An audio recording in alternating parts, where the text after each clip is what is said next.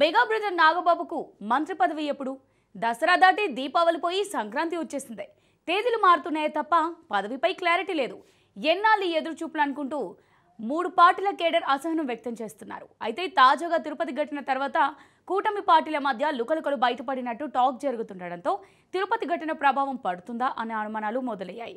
రకరకాల ఊహాగానాలు పతాక స్థాయికి చేరుకున్నాయి. ఏం జరుగుతుందో లేట్ చేయకుండా చూసేద్దాం పదండి.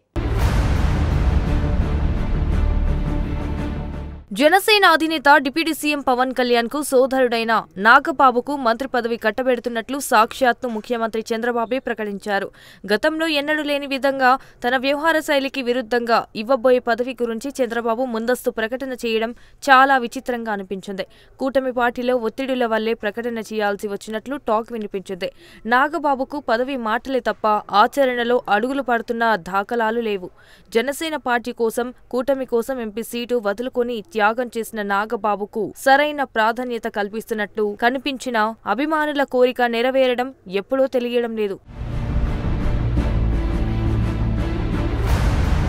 నాగబాబును తొలుత రాజ్యసభకు పంపించాలని పవన్ కళ్యాణ్ భావించారు. అయితే కూటమి పార్టీల మధ్య పొత్తుల వల్ల సహజ కుదరకపోవడంతో ఎమ్మెల్సీని చేసి మంత్రి పదవి కట్టబెట్టాలని డిసైడ్ చేశారు. అదిగో ఇదిగో అని కేడర్ ఎదురు చూపులు ఫలించేదన్నాడు అని కొంతమంది డైరెక్టుగా ప్రశ్నించడంతో పవన్ కళ్యాణ్ స్పందించారు. అల్లు అర్జున్ ఎపిసోడ్ పైన తొలిసారి స్పందించిన టైంలో అనేక అంశాలను ప్రస్తావించారు. తాను కులం చూసి నేను మనుషులను ఎంచుకోలేదని, కులాలను చూసి పదవులు ఇవ్వడం లేదని చెప్పుకొచ్చారు. తనతో కలిసి పార్టీ కోసం పనిచేసిన వారిని నేను చూసుకోవాల్సిన బాధ్యత ఉందని చెప్పారు. తన కోసం తనతో పనిచేసిన వాళ్లను గుర్తించాల్సిన అవసరం ఉందని పేర్కొన్నారు. తాము గతంలోనే నాగబాబుకు రాజ్యసభ ఇవ్వాలని భావించామని వెల్లడించారు. కానీ కొన్ని ప్రాధాన్యతలు, రాజకీయ కారణాలతో రాజ్యసభ పదవిని త్యాగం చేయాల్సి వచ్చిందని పవన్ వివరించారు. నాగబాబుకు ఎమ్మెల్సీ పదవి ఇచ్చాకే మంత్రివర్గంలోకి తీసుకోవాలని భావిస్తున్నట్లు చెప్పుకొచ్చారు. జనసేన ఇప్పుడే బలపడుతున్న పార్టీగా అనుకోవాలని సూచించిన పవన్ కళ్యాణ్ నాగబాబుకు పదవి ఇవ్వడం వారసత్వ రాజకీయాలు అని అనుకోవడం తప్పని పేర్కొన్నారు. పార్టీ కోసం నాగబాబు ఎంతో కాలంగా కష్టపడుతున్నారని పవన్ ప్రశంసించారు. నాగబాబును ఎమ్మెల్సీగా ఎంపిక చేసిన తర్వాత మంత్రిని చేసే విషయం ఆలోచిస్తామని పవన్ తేల్చి చెప్పేశారు. నాగబాబు విషయంలో అడుగుతారని, జగన్ విషయంలో ఎవరు అడగరని అసహనం వ్యక్తం చేశారు. పవన్ చెప్పిన ప్రకారం చూస్తే మరో 2 నెలలు వేచి చూడాల్సి ఉంటుంది. ఎందుకంటే వైసీపీకి చెందిన 4 ఎమ్మెల్సీలు కొన్ని నెలల కిందటే రాజీనామా చేశారు. గవర్నర్ నామినేట్ చేసిన ఎమ్మెల్సీ కర్రి పద్మశ్రీ, ఎమ్మెల్యేల కోటాలు ఎన్నికైన బల్లి కళ్యాణ్ చక్రవర్తి, పోతుల సునీత, జయమంగళ వెంకటరమణ వీరిలో ఉన్నారు. వారి రాజీనామాలను మండలి చైర్మన్ వెంటనే ఆమోదిస్తే ఇప్పటికే ఆ స్థానాలకు ఉప ఎన్నికలొచ్చి నాగబాబుకు అవకాశం దక్కేది. కానీ ఆ 4 రాజీనామాలు ఇప్పటి వరకు ఆమోదం పొందలేదు. ఈ జాప్యం ఇలాగే కొనసాగితే మార్చి 29న ఖాళీ అయ్యి 5 ఎమ్మెల్సీ స్థానాల్లో ఏదో ఒక స్థానం నుంచి నాగబాబు ఎమ్మెల్సీగా ఎంపిక చేసే అవకాశాలు కనిపిస్తున్నాయి. తిరుపతిలో తొక్కిసలాట ఘటనతో కూటమిలో లుకలుకలు బయటపడడంతో దాని ప్రభావం మంత్రివర్గం మీద పడుతుందా, పడితే ఏ మేరకు ఉంటుందనేది దానిపై రాజకీయ వర్గాల్లో రకరకాల విశ్లేషణలు జరుగుతున్నాయి. అధికారుల అనాలోచిత నిర్ణయాలతో తొక్కిసలాటలో 6 మృతి చెందిన ఘటన కూటమి ప్రభుత్వానికి మాయని మచ్చగా మిగిలింది. సీఎం హోదాలో చంద్రబాబు చేసిన ప్రకటనను అధికారులు ఈజీగా తీసుకోవడం రాజకీయ వర్గాల్లో దుమారం రేపింది. అంతేకాదు, పవన్ కళ్యాణ్ సంబంధిత మంత్రి కాకపోయినా కూటమి ప్రభుత్వాన్ని వేలెత్తి చూపకుండా చొరవ తీసుకుని తాను క్షమాపణలు చెప్పడమే కాక టీటీడీ బోర్డు అధికారులను బాధ్యత వహించాలని డిమాండ్ చేశారు.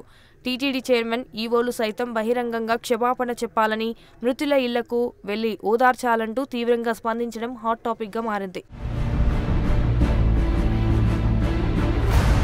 పవన్ ఘాటైన వ్యాఖ్యలపై కూటమి పార్టీలో మిశ్రమ స్పందన వస్తోంది. కూటమి పార్టీల్లో లుకలుకలు బయటపడుతున్నాయని సోషల్ మీడియాలో ప్రచారం జరుగుతోంది. కూటమి పార్టీల మధ్య ఉన్న ఐక్యతను దెబ్బతీయడానికి రెడీగా కాచి కూర్చున్న వైసీపీ తిరుపతి ఘటనతో ప్రభుత్వంపై వ్యతిరేకత పెంచేందుకు తన వంతు ప్రయత్నాలు మొదలుపెట్టినట్లు కనిపిస్తోంది. ఎందుకంటే ఎన్నికల ముందు వరకు తనను ఓడించడం కోసం దేనికైనా రెడీ అన్నట్లు మొండిగా పనిచేసిన కూటమి పార్టీల నాయకులు, కార్యకర్తలు ఎన్నికల తర్వాత టోటల్ రివర్స్గా మారారు. ఇప్పుడు కాకపోతే ఎప్పుడు సంపాదించుకుంటాం, మాకు పదవులెప్పుడు అని నేతలను గట్టిగానే ప్రశ్నిస్తున్నారు. కొందరైతే ఒక అడుగు ముందుకేసి తమకు పదవులు ఇవ్వడంలో అన్యాయం చేస్తున్నారంటూ తమకు అనుకూలమైన మీడియా వర్గాల్లో సోషల్ మీడియాలో ప్రచారాలు చేసుకుంటున్నారు. ముఖ్యంగా 6 గ్యారంటీల హామీలో మహిళలకు ఉచిత బస్సు సౌకర్యం ఏపీలో ఇంకా అందుబాటులోకి తీసుకురాకపోవడంతో జనంలో అసంతృప్తి మొదలైంది. అగ్నికి ఆజ్యం పోసి వ్యతిరేకత మరింత పెంచేందుకు వైసీపీ శ్రేణులు శతవిధాల ప్రయత్నాలు చేస్తున్నాయి. తాజాగా తిరుపతి ప్రమాదం ఘటన ఎవరి కొంప ముంచుతుందోనన్న ఆందోళన అని కూటమి పార్టీల నాయకుల్లో కనిపిస్తోంది. జనసేన టీడీపీ మైత్రి బంధం ఎలా కొనసాగబోతుందన్న అనుమానాలు చెలరేగుతున్నాయి. ఇరు పార్టీల అధినేతల మధ్య అంతరాలు లేకుండా సాగుతున్న ఉమ్మడి ప్రయాణంపై ఇటీవలే పవన్ కళ్యాణ్ క్లారిటీ ఇచ్చారు. 15 ఏళ్ల వరకు కొనసాగాలని మనసారా కోరుకుంటున్నట్లు చెప్పారు. పవన్ నోటి నుంచి పొత్తు ఎంతకాలం అన్న దానిపై క్లారిటీ ఇచ్చిన 3-4 రోజుల్లోనే తిరుపతి ఘటన జరగడం, పవన్ కళ్యాణ్ ఆవేశంగా స్పందించడం చకచకా జరిగిపోయాయి. ఘటన జరిగిన టైంలో ఇరు పార్టీల అధినేతల ప్రకటనల మధ్య వైరుధ్యం స్పష్టంగా కనిపించింది. సీఎంగా చంద్రబాబు ఆలోచనతో చేస్తుంటే డిప్యూటీ సీఎం పవన్ ఆవేశపూర్తిగా ప్రకటనలు చేస్తున్నారనే టాక్ వినిపించింది. అయితే ఎవరికి వారు తమ అధినేత కరెక్టు అంటూ ప్రచారం చేసుకుంటున్నారు. చంద్రబాబును డామినేట్ చేసేలా పవన్ వ్యాఖ్యలు చేస్తున్నారంటూ టీడీపీ నేతల్లో చర్చ జరుగుతోంది. టీడీపీ, జనసేన, బీజేపీ మధ్య అభిప్రాయ భేదాలు తలెత్తితే అన్న ఆలోచనే రెండు పార్టీల వర్గాల్లో కలవరం కలిగిస్తోంది. కూటమి విచ్ఛిన్నమైతే 2029లో పరిస్థితి ఏమిటి? జగన్ మళ్లీ అధికారంలోకి రారు అన్న భరోసా ఇవ్వగలరా అని పెట్టుబడులు పెట్టేవారు అడుగుతున్నారని మంత్రి లోకేష్ చెప్పారు. ఈ నేపథ్యంలో తెలుగుదేశం నుంచి జనసేన మధ్య, ముఖ్యంగా చంద్రబాబు నుంచి పవన్ కళ్యాణ్ మధ్య సమన్వయం కొనసాగుతుందా?